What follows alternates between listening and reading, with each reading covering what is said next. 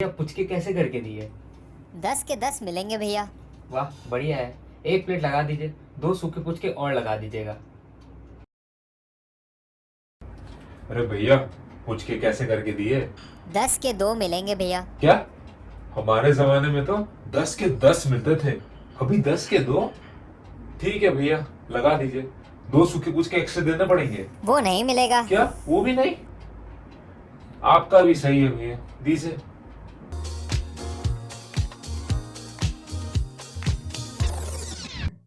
तो hey guys, इस video में हम देखेंगे कि अगर आपको इक्विटीज में इन्वेस्ट करना है तो आप वो कैसे कर सकते हैं। ये एक नया फॉर्मेट है जो मैंने ट्राई किया है। आपको ये कैसा लगा प्लीज मुझे कमेंट्स में जरूर बताइए। तो इस वीडियो में सबसे पहले हम देखेंगे व्हाई टू इवन इन्वेस्ट, हमें इन्वेस्ट करना क्यों है। Then we will see what are the ways in which you can invest in equities. Then we will see what is a stock market. Then we will see how can one buy shares in a company, and lastly we will see what happens when you buy shares of a company. So let us see why to even invest.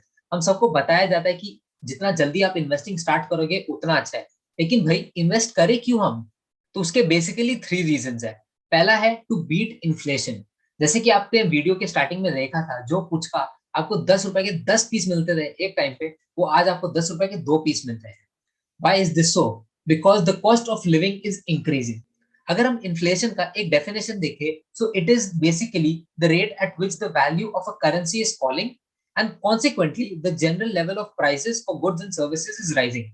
तो India में ये जो inflation rate है, it is around 5 to 6%। तो जो भी आप investment कर रहे हो, it should at least give you the returns of 6% plus post tax. Next is building up a corpus. Having a better corpus by the time one retires is very important. But just saving the amount and not investing it might not help in building up a good corpus due to inflation. जो 10-10 हजार करके आप every month save कर रहे हो, उसका value 10 साल बाद वो 10 हजार रहेगा ही नहीं। इसलिए आपको उसको इन्वेस्ट करना होगा ताकि वो जो वैल्यू है, वो जो मनी का वैल्यू है, वो इंक्रीज हो। Thirdly is to complete financial goals. It helps in completing your financial goals. It can be short term, medium term or long term. ये आपके ऊपर डिपेंड करेगा कि आपका शॉर्ट टर्म, लॉन्ग टर्म या मीडियम टर्म गोल कौन सा है। यहाँ पर मैंने कुछ एग्जांपल्स दिए हैं, but it may vary from person to person. अब हमने ये तो जान लिया कि हमें इन्वेस्ट करना क्यों है। Now what are the ways in which you can invest in equities. तो अगर आपको इक्विटीज में इन्वेस्ट करना है तो उसके दो तरीके हैं। पहला है एक इक्विटी म्यूचुअल फंड के थ्रू, जो कि एक प्रोफेशनल मैनेज करता है और आपको वो फंड पैसे देने हैं ताकि वो आपके पैसे उसमें इन्वेस्ट कर सके। आपको म्यूचुअल फंड को थोड़ा डिटेल में देखना है तो मेरा पिछला वीडियो आप जरूर चेकआउट कीजिएगा। और वहीं दूसरी तरफ दूसरा तरीका है directly investing in the stock market. तो हमारा ये वीडियो का फोकस डायरेक्ट इन्वेस्टिंग पर ही हो। जब आप स्टॉक मार्केट का वर्ड सुनते हो, आपको क्या समझ में आता है? सट्टा बाजार है, जुआ है भाई, जुआ। क्या आपको भी ये लगता है कि ये स्टॉक मार्केट है? नहीं, ये नहीं है। Stock market is a market where companies come and raise capital from the public and give equity shares of the company to the public. यहाँ पर जो ओनरशिप है, जो कंपनी का ओनरशिप है, वो एक्सचेंज होता है। इंडिया में मेजरली दो स्टॉक एक्सचेंजेस है। पहला है बॉम्बे स्टॉक एक्सचेंज, दूसरा है नेशनल स्टॉक एक्सचेंज।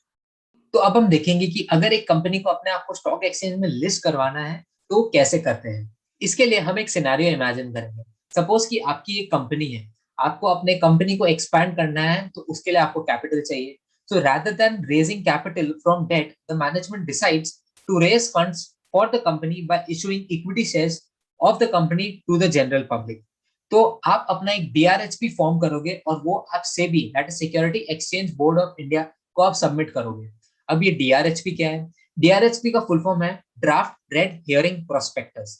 ये एक डॉक्यूमेंट है जिसमें आपके आईपीओ को लेकर सारे डिटेल्स रहेंगे, जैसे कि size of the IPO, number of shares being issued to the public, why the company wants to go public, और भी बहुत सारे चीज ये डीआरएचपी में रहते हैं। वंस सेबी अप्रूव्स कि हाँ आप अपना आईपीओ ला सकते हो, then you come on to the primary market, which is also called the IPO market.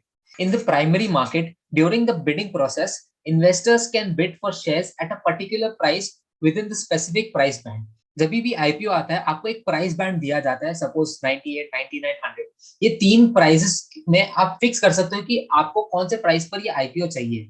अब हम देखते हैं कि अगर प्राइमरी मार्केट में जो आईपीओ आपने लाया वो सक्सेसफुल हो गया, उसके बाद क्या होता है? उसके बाद जो आपका कंपनी है वो स्टॉक एक्सचेंज में, दैट इज बीएससी और एनएससी या फिर दोनों, वहां पर आपका ये लिस्ट हो जाता है, that is the secondary market. The company's shares are then listed on the stock exchange where the buying and selling of shares happen. So this is roughly how a company gets itself listed on the stock exchange. अब हम देखेंगे कि how can one buy shares of a company. अगर आपको एक company के shares खरीदने हैं, सपोज रिलायंस, HDFC, इन्फोसिस, कोई भी कंपनी के शेयर्स अगर आपको खरीदने हैं, तो आप वो कैसे खरीद सकते हैं? तो इसके लिए आपको अपना एक डीमैट अकाउंट खुलवाना होगा. If you want to buy or sell shares of a company, you need to have a demat account. और ये डीमैट अकाउंट आप कोई भी ब्रोकर के थ्रू खुलवा सकते हो. सपोज जीरोधा है, angel broking, HDFC securities, Kotak securities, और भी बहुत सारे ऐसे सेबी रजिस्टर्ड स्टॉक ब्रोकर्स है इंडिया में, जहां पर जाकर आप अपना एक डीमैट अकाउंट खुलवा सकते हो.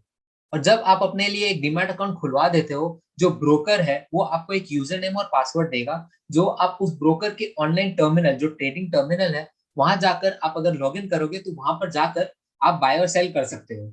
मेरा पर्सनली जो मेरा डीमैट अकाउंट है वो जीरोधा में खुला हुआ है. ये कोई प्रमोशन नहीं है, but I really like the app. That is why अगर आपको जीरोधा में अकाउंट खोलना है तो डिस्क्रिप्शन में मैं लिंक दे दूंगा. वो लिंक के थ्रू आप अपना एक डीमैट अकाउंट जरूर खोल सकते हो. Now we'll see what happens when you buy shares of a particular company. Firstly, you get the ownership in that company. Once you buy shares of a particular company, you become a part owner of that company. इसका मतलब ये नहीं है कि आप उसके factory office में गए और आप बोले मुझे ये दिखाओ, मुझे वो दिखाओ, मैं तुम्हारे कंपनी का एक शेयर होल्डर हूँ, मुझे ये दिखाओ, वो दिखाओ. This is not possible. But जब भी आप एक कंपनी में इन्वेस्ट कर रहे हो, आपका माइंडसेट यही होना चाहिए कि आप वो कंपनी में इन्वेस्ट कर रहे हो. तो you need to feel as an owner of that company. Secondly, अगर एक मैनेजमेंट डिसाइड करता है कि हमें हमारे शेयर होल्डर्स को बोनस शेयर इश्यूज करने हैं, राइट्स इशू लाना है या स्टॉक स्प्लिट करना है, तो अगर आप वो कंपनी के शेयर होल्डर हो, then you are entitled to get this benefit. ये डिटेल में क्या होता है मैं अपने अगले वीडियो में इसके बारे में जरूर बात करूंगा. तीसरा है यू ऑल्सो गेट डिविडेंड्स. जो भी कंपनी प्रॉफिट अर्न करती है during the end of the year, वो अपने शेयर होल्डर्स के साथ डिस्ट्रीब्यूट करती है. So you also get the part of the profit in the form of dividends if the management says so. चौथा है having voting rights. अगर management कोई डिसीजन लेता है और उसके लिए अगर मैनेजमेंट वोटिंग करवानी चाहती है, तो आपके पास भी उसका एक वोटिंग राइट रहेगा कि आप आइए, आप अपना ओपिनियन दीजिए. तो you also get voting rights. So thank you guys for staying till the end. I hope आपको इस वीडियो से वैल्यू जरूर मिला होगा. और अगर आपको वैल्यू मिला है, please share it with your friends and family so that they can also get educated. So I'll see you in my next video. Till then, invest सोच समझ के.